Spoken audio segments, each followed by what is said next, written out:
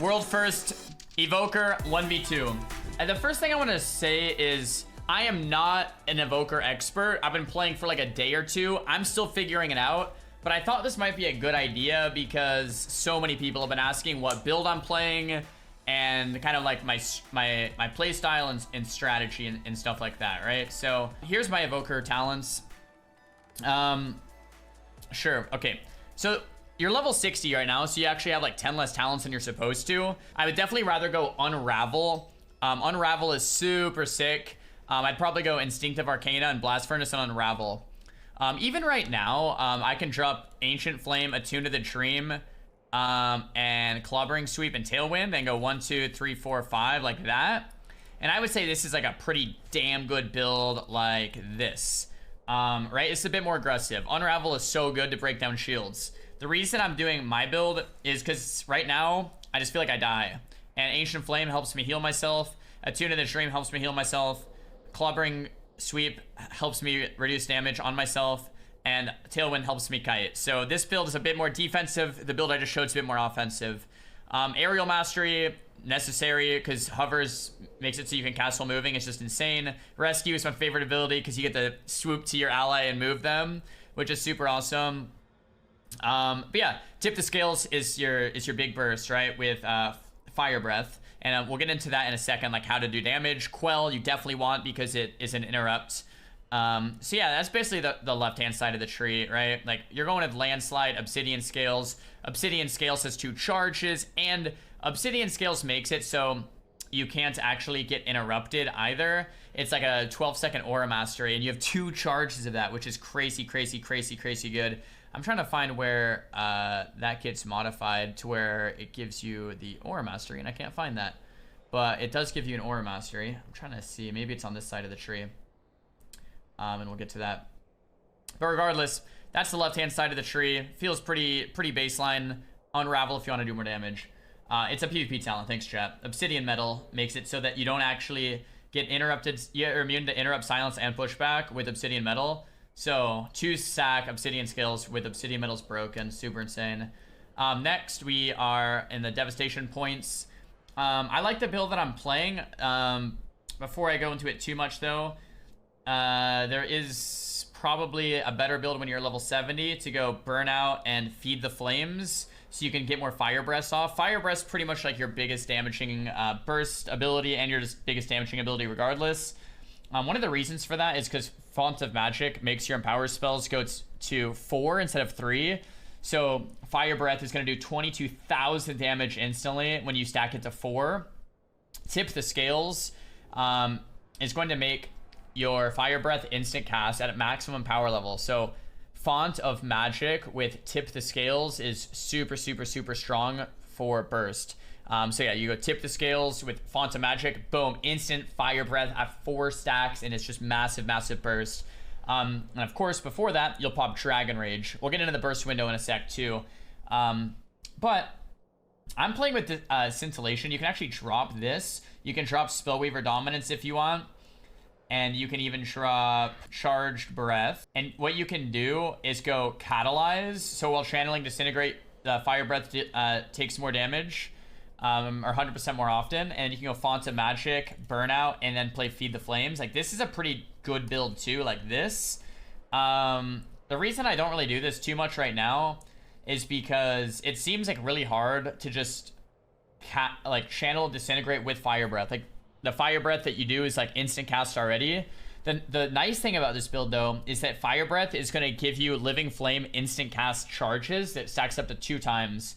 So with this build, you can basically get Fire Breath on a low cooldown, and then you can use Living Flame instantly, and then you're actually going to play with Engulfing Blaze to make Living Flame like dig way harder, 40% harder with a longer cast time, but you're going to get instant proc. So anyway, that's what we're looking for at level 70, but since we're level 60, what I find to be a bit more effective is this build. I'm at level 60, and it's going to make Disintegrate a bit stronger because it's going to have those Eternity Surge procs. And then your crits are going to go a little bit harder.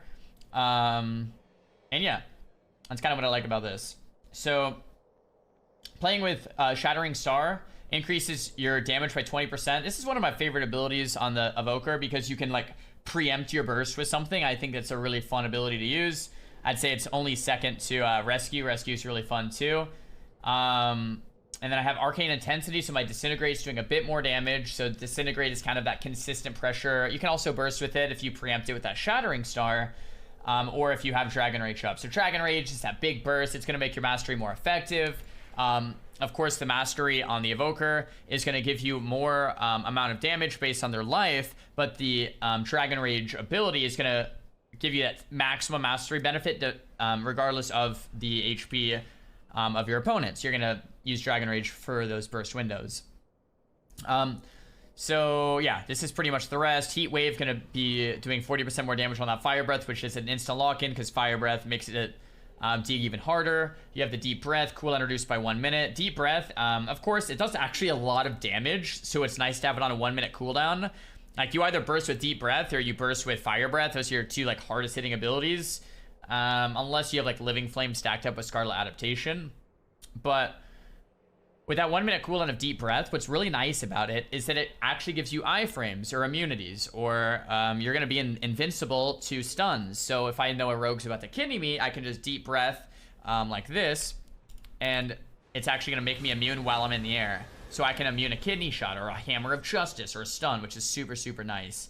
Spellweaver Dominance giving me more crit. During Deep Breath and Dragon Rage, you gain Mastery benefit. Yeah, that's Tyranny. That's super good. That's how you burst super hard. So yeah, to get into the burst window with the Evoker, essentially, there's a few ways I can do damage. One, if I'm healing a lot with Living Flame, I can store up that effective healing and then unleash that stored damage as damage. So if I'm healing a lot with Living Flame, I can unleash that damage with that Living Flame. If I don't have any Scarlet Adaptation, just casting Living Flame for damage is like okay, but not super great. Spamming Azure Strike is an instant cast charge that gives you Spell Frost damage, and there's no like cost to it. So there's no essence cost, and the mana cost is actually free. I didn't even realize that. It's so low mana, it costs no mana. So spamming Azure Strike is something else that you can kind of look at, but it isn't. Oh man, I got like bugged here while doing this. Nice, there we go. It isn't actually gonna like ever kill someone. It's just like, think of like an Ice Lance or something, or like a really low damage instant cast ability, right? So you're not actually gonna do too much damage with the Azure Strike. I'm gonna fly over here to the test dummy so I can show you guys more what I mean when I'm talking about burst windows. Let's get over here.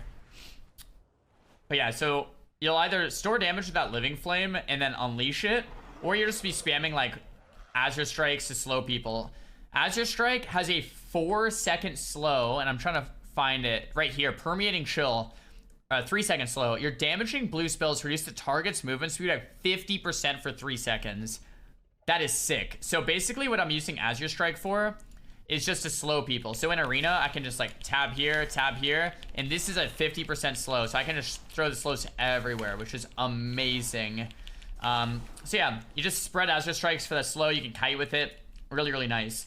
Now, if you want like super quick burst damage without using too many cooldowns, what you can do is cast an Eternity Surge, followed by a Shattering Star, followed by a Disintegrate. Eternity Surge is a 30-second cooldown. Shattering Star 15, Disintegrate just 3 Essence, which you recharge really fast.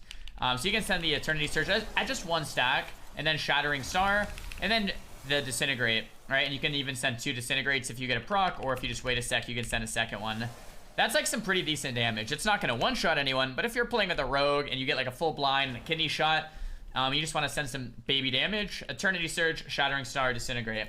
Now, if you want to go for a big one-shot, what you want to do is pop Dragon Rage first to benefit the most from your Mastery, and then pop the Eternity Surge into the Shattering Star, into a Tip the Scales, into a Fire Breath. Tip the Scales makes it instant cast, remember, on the 4-stack Essence charge, okay, or the Empower.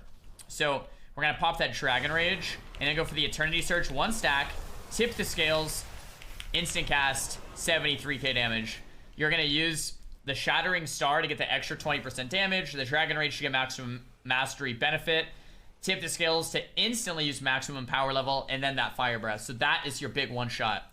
Now, if you can't cast, don't cast the Eternity Surge. Just use Dragon Rage, Shattering Star, Tip the Scale, Fire Breath. And that's going to be a good amount of damage anyway, right?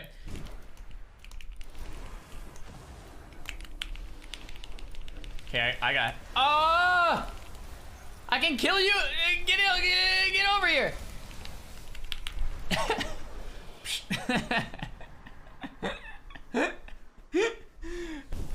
Take the penance. Oh, baby! Get him out of here, man! Let's go! Now, if all of that's on cooldown and you have someone, you know, you just want to do a decent amount of damage, you can also just send the Dragon Breath. Dragon Breath is a good amount of damage, right? Or a Deep Breath, rather, I guess it's called. And, you know, 1 minute cooldown, you can also send that. So if you have like 2 ways to do damage, you can either Deep Breath someone, or you can do the go we just talked about. Or if you want to do just a little bit of damage without too much casting, you could just send like a Shattering Star into a Disintegrate, right? That's decent damage. If you want to keep people slowed, you just spam number 2, that Azure Strike, keep people slow, keep people slowed. Okay, I want to do some damage. Okay, we'll cast that Eternity Surge into a Shattering Star, into some Disintegrates, right? Like, that's kind of how the playstyle's feeling a little bit. The nice thing about Evoker is that you have so much utility, right? You have knockbacks, you have the Tail Sweep knockback, you have the Kick with Quell, and you have the Wing Buffet knockback as well. So 2 knockbacks and a Kick, right? You have the mobility with the hovers, because you can free cast, you can cast while moving. So all of these things that I was just talking about, you can do while moving with that hover buff up. So every time you hover, you can move while casting for 10 seconds after, which is huge. Another thing that I haven't really mentioned so far is Charge Blast. Increases the damage of your next Pyre, however you say that, and it stacks up to 20 times. So here you notice I have a 20 stack Pyre. Boom. 10k damage. Not bad damage there either. You can also use Shattering Star before the Pyre if it's at 20 stacks to get some more damage there as well. And you can combo that with Tip the Scales into a Fire Breath as well. But yeah, the nice thing about the Evoker is that you can actually just heal a lot defensively with Living Flame on yourself, on other people. You can use Verdant Embrace for mobility by using Verdant Embrace to like life grip yourself to someone. You can save people. You can't. I don't think I can use this unless they're my party, but yeah, rescue. You can swoop to an ally and save them and heal them, which is pretty darn cool. You have that time stop ability, which is like a 4-second immunity. It's another one of those PvP talents, but you can use that immunity on someone else as well. So it's not going to let me unless they're in a party, but I can basically use that 4 seconds. It's kind of like an ice block, but you can't get healed in it either. It's like a cyclone, 4-second cyclone on myself or an ally. So I can like shrink a time stop as like an ice block or an immunity, but I can use that on my healer as well. So my healers say like gonna die, I can use time stop on my healer so my healer is immune. That's so cool. Like say your healer's stuck and there's like 2 resonators about to explode, you can just time stop and your healer becomes immune to that entire go during a kidney shot or something, right? Cauterizing Flame, cauterizing allies' wounds, removing bleeds, poisons, curse, disease. Expunge toxins from an ally, removing all poisons, right? So you can really play with a lot of support with the Evoker. So basically I'm thinking the thought process of an Evoker in arena match is like, is my team okay? Okay, we're not okay. What do I need to do? Should I decurse us? Not decurse. Should I get rid of all the bleeds, poisons, curse, and disease? Oh, it actually does get rid of curses. That's kind of insane. I can time stop. I could dispel poisons. I can slow people down with Azure Strike. I can interrupt people with Tail Swipe and Wing buff it. I can quell, interrupt to cast, right? I can root people with Landslide, which I've failed to mention so far. Like root someone, kick someone, knock someone, heal my healer, right? Like I can get everything under control, and then it's like, all right, we're good. Okay, nice. Let me use my Sleepwalk, which is like my my fear, my polymorph, like my CC, which is on a 15-second cooldown, lasts 6 seconds if it's not DR'd at all. Let me use my CC and then burst, maybe with Deep Breath, or I can burst with that Shattering Star, disintegrate someone down, or use that Dragon Rage, tip the scales into a Fire Breath. So that's basically how Evoker plays. These are my talents. I hope that helped someone out there. Like I said, I'm like day 2 into Evoker. I'm still learning a lot, but that is kind of what I've learned so far. So if you enjoyed, give it a thumbs up. If you didn't enjoy it, give it a thumbs down, and talk to me down below in the comments about what you guys want to see next time. Peace.